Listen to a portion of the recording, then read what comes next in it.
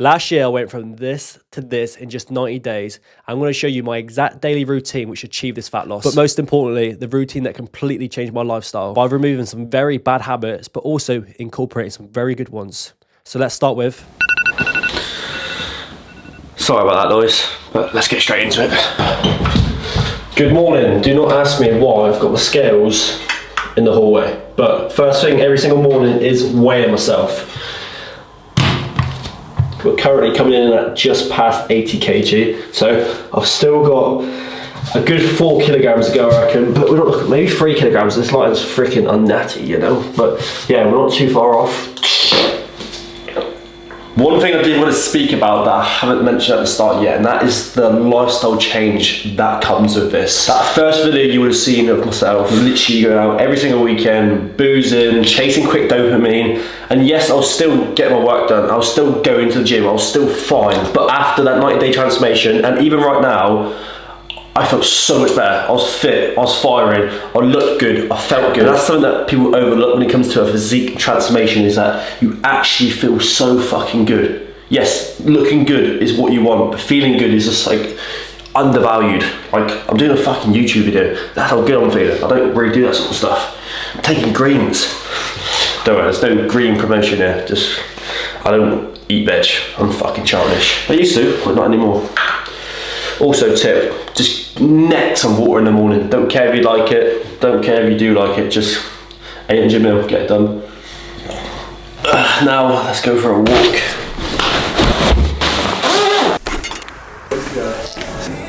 Right, thank you. Black Americano. Cheers, brother. White Americano. Alright, white coffee going down, and I want to talk about tip number 1, which kind of gets me shredded, not gonna lie, and that is going for a morning walk every single morning. Obviously, it's morning walk, getting roughly sort of 5,000 to 6,000 steps, but a coffee at the end. I feel like you've always got to create a little reward. So, for example, if you're doing your cardio in the evening, I like to watch Netflix sometimes whilst doing it, or watching the football, just because what you're doing then is a little bit enjoyable. And also with my sort of morning walk, I'll get a coffee, but I'll do it with my mate also. Social lad. Very unsociable this morning. So my cardio doesn't actually feel like a chore, so that's what I recommend. So try and make the things that you don't really like as enjoyable as possible. So like I said, walking with your friends, watch Netflix whilst doing your cardio, but also at the same time, do the hard task first. Like if you don't like getting your steps in, if you don't like going to the gym, just do it first thing in the morning. Like I'd rather get my steps done early doors instead of chasing it in the evening. So yeah, that is first tip. Alright, we're back. I've done my steps, I've overconsumed on caffeine massively, I've done my work block, and now it's time to break the fast, and my food should be ready. 2 secs.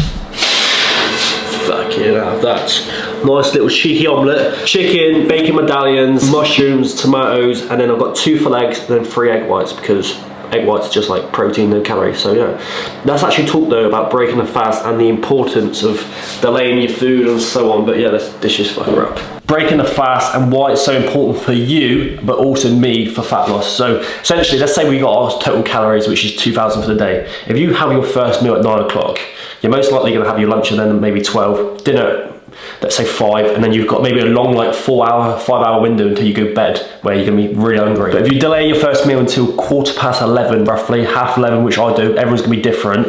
I then will have my lunch at like 3 o'clock. I then have my evening, my last sort of meal around 7-8 o'clock. So there's only like a 2-hour window until I go to bed essentially. So you're not going to be hungry just before bed. And that's everyone's big issue. You get to like 9 o'clock, 8 o'clock, and you're craving that fucking cupboard. You want to eat the whole thing. Literally eat the cardboard in the cupboard. So yeah, just delay that first meal and you'll be all good. Little paninis are absolute fire. Bit of Tommy K. I'm gonna eat this, give it about half hour, get my energy drink because caffeine is fucking key, and then we're gonna go gym, and I'm gonna give you a little bit more advice on what we should be doing when we're in the gym on a dieting phase, because sometimes people make this big mistake. So yeah, catch you in a bit. Alright, I'm about to head to the gym, but first of all I want to talk about the importance of caffeine, especially whilst you're on a cut. Like, caffeine is going to help suppress your appetite. So I have 3 coffees and a Monster, but I don't have it any later than 1 o'clock, because anything past 1 o'clock is going to start tapping with my sleep, and sleep is fucking important. Anyway, let's go to the gym.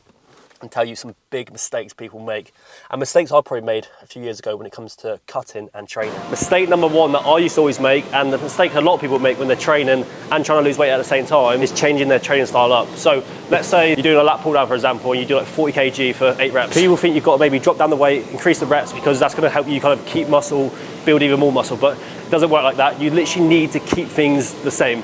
Whatever's built you that muscle, you want to be doing the same thing to try and keep it. So let's do some fucking pull-ups. And also, shoulders looking a little bit tapped. Got surgery though, hopefully in a few weeks.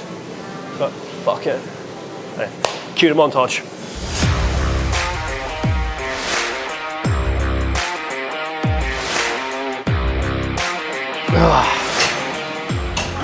Alright, that is the world's shittest montage over. I did say with the training side of things that you don't really want to make any adjustments to your plan. But the only time I would make a change is, let's say like the deep end of your cut, you want to do a little bit more cardio. Let's say you do like 4 sets of chest press, cut it down to 3. And if you do that with every sort of exercise, let's say 5 exercises, you're going to save about 15 minutes, which means extra 15 minutes of cardio, which means you lose a little bit of weight. So that's the only change I would ever make to your training. Now for the boring part of the session, but in my opinion, probably the most important, and that is daily cardio. I try and do like 20 minutes after every session, but what I recommend with your cardio, let's say you do 20 minutes after every single session, if you hit a plateau with your weight loss, you either want to decrease your calories or increase your cardio. For myself, I fucking love food, so I'd rather increase my output, which means increase your cardio. Also, when it comes to cardio, I always recommend people do low intensity cardio, like incline walking, bike work.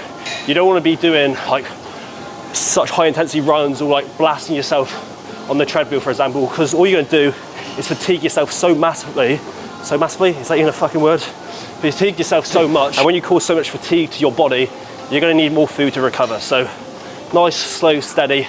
It's fucking boring, but it's gonna be worth it. Anyway, gym session done, and en route to Lidl to get the weekly shop. You know we go like every single day, don't we? Every night, every morning. Every morning, every night. It's currently 3 o'clock, so that means it's gonna be like 3:30, 4:30 while I have my second meal. And that actually is a very good tip. Try not to eat all your food too early in the day.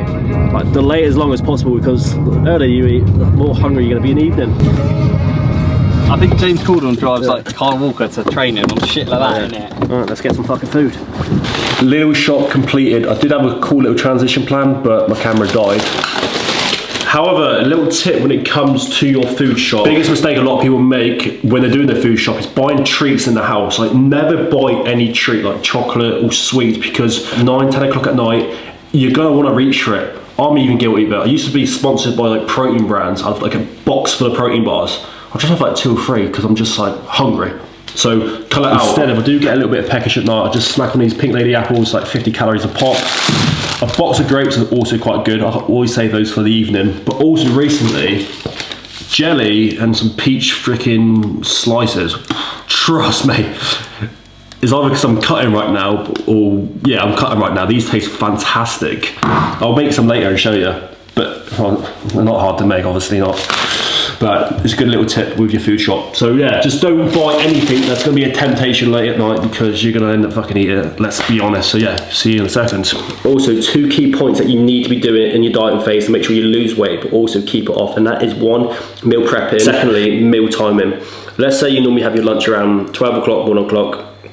But you've had a busy day, so it extends to maybe 3 o'clock. If you've done your meal prep, you're just going to eat whatever's in your bag, for example, whatever you've took to work. But if you haven't meal prep, craving's going to be through the roof. Double cheeseburger at McDonald's is going to be speaking to you, and you're most likely going to have it. So meal prep, it will save the day all the time. This takes me 2 minutes, so it's just easier, just do it at home anyway. And when it comes to meal timing, if you're having your breakfast, your lunch, your dinner, your snacks around the same sort of time, it just makes everything so much easier. Because if you do get hungry, maybe at 11 o'clock, or maybe half 11 one day, you prevent yourself snacking. You just say, okay, I'm just gonna have my lunch a little bit earlier. Does that make sense? So like I said, meal timing, meal prepping, it's gonna be a godsend. Let's get this fucking protein down, mate. That is food done, and now I'm on to part 2 of my steps for the day. So this is going to take me to roughly sort of 10, 12, maybe a little bit more 1,000 steps. And I didn't really stress earlier about why I do steps and the importance of steps. Is 1, obviously it's just nice to get out and about realistically. And number 2, they're a great way to burn some extra calories. So the thing with steps is so like low impact. Where am I going here? They're so low impact. So if you go out for like 10K, 15, 20K, like you're not going to really be using much energy up compared to going for a run, for example. you're going to require a lot more food to kind of recover those muscles afterwards. But walking, it's not taxing on the body at all. So get your steps in. Doing like 10k steps a day is going to be roughly like 400 calories burnt as well. So absolute game changer. And I'm going to talk to you in a second about the importance of steps, like literally the importance of steps. I had a client who lost 15 kg from not even going to the gym, just pure fat loss. So let's get on the walk and talk about that. I think it just started to rain, which is good for this video, because another point I actually wanted to stress that no matter rain or shine, get out and accomplish that step target, whether you're 1,000 short, 2,000 short. It may seem like nothing. You may think, what's the point? I may burn 20 calories, but it's not even just that. It's actually just the commitment to the cause. I stress it to my clients all the time. If it's raining and you go out through those last sort of 1,000 steps, 2,000 steps, when you really don't want to, when it gets to sort of 10 p.m, you're going to be so much more likely to not snack in that cupboard, because you'll be thinking, all right, what's the point of snacking right now? Because I've literally just had to go out to pissing down rain when I really don't want to. So yeah, set your target, set all your daily habits, and just make sure you smash them, because it's going to make things so much easier. All right, let's talk about my client Michael, who lost 15 kilograms from just walking. Yes, I always stress to people, you want to be going to the gym, you want to be building muscle. One, because obviously you're going to look better, but two, the more muscle mass you have on your body, the more calories you're just going to burn day to day naturally. Michael was in a position where he's a little bit anxious about the gym side of things, but I stressed to him we could do home workouts, we can obviously hit a step count and nail down nutrition, and in that time period he lost 15 kg, which is absolutely crazy. So if you're in a position where you just feel a bit stuck, maybe you don't want to go to the gym because you're a bit anxious, like, you can still do something, you know what I mean? There's always something you can do. So maybe just start off by going for your walks, trying to watch what you're eating a little bit more, and you'll get there. If you are someone who's looking for a little bit more help, I do have a link below where you can fill out an application form for my coaching, put some basic information in there, and then we can jump on a call, talk about your goal and how you can achieve where you want to be. Obviously, ideally, it'd be great to get you on a coaching and excel you to that point, but you'll always come away from that call knowing what the next steps are and how to achieve those next steps. So yeah, there's always a solution for you all. Let's get it. Yes, Michael, how's things, mate? All good. How things for you? Yeah, not too bad, mate. How's your day been? Standard Monday, really. Went out been getting my steps in, went to the gym, eating, nothing really special, just adapting to the cold weather at the minute. That's what I'm doing. Horrible, isn't it? It's taken a turn the last Alright, brilliant, Michael. Thank you very much. Looking forward to it. Alright, enjoy your evening, alright, mate? Okay. Cheers, mate. Bye-bye. Alright, cool, done. Hour call that was. So that's what sort of happens. Michael making a change, good lad. About to get freaking wham and shredded. But now I'm fucking hungry. Let's have some food. Come on, look at that. Curry and rice. Absolute slaps, not gonna lie.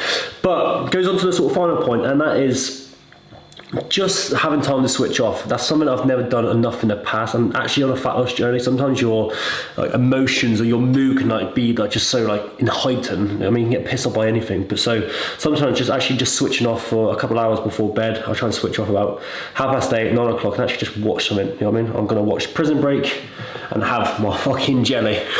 This is absolute, like, this is about 80 calories. Mate, you can't ask for much more. Like, these peaches are really nice as well. Anyway, as you can see, my ADHD kicks in at like 8 o'clock at night. So yeah, I think we'll just leave it at that for a minute. So yeah, I'll catch you in the next one.